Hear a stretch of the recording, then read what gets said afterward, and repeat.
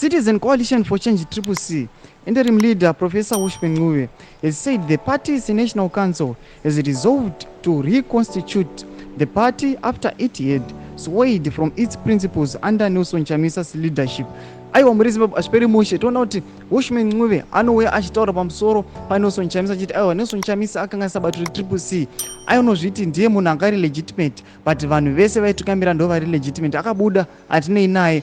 Mashoko aitogwa naWelshman Ncube sakapinda mashoko akataura aiwa achinyatsokandira Nelson Chamisa mubhini chaimo. Notibva subscribe like utina on the bell icon. Tipinda andira mashoko kuti the National Council meeting taking place in Harare said the former leader stifled internal democracy by declaring himself as the only one with the legitimate position, while everyone else is the change champion.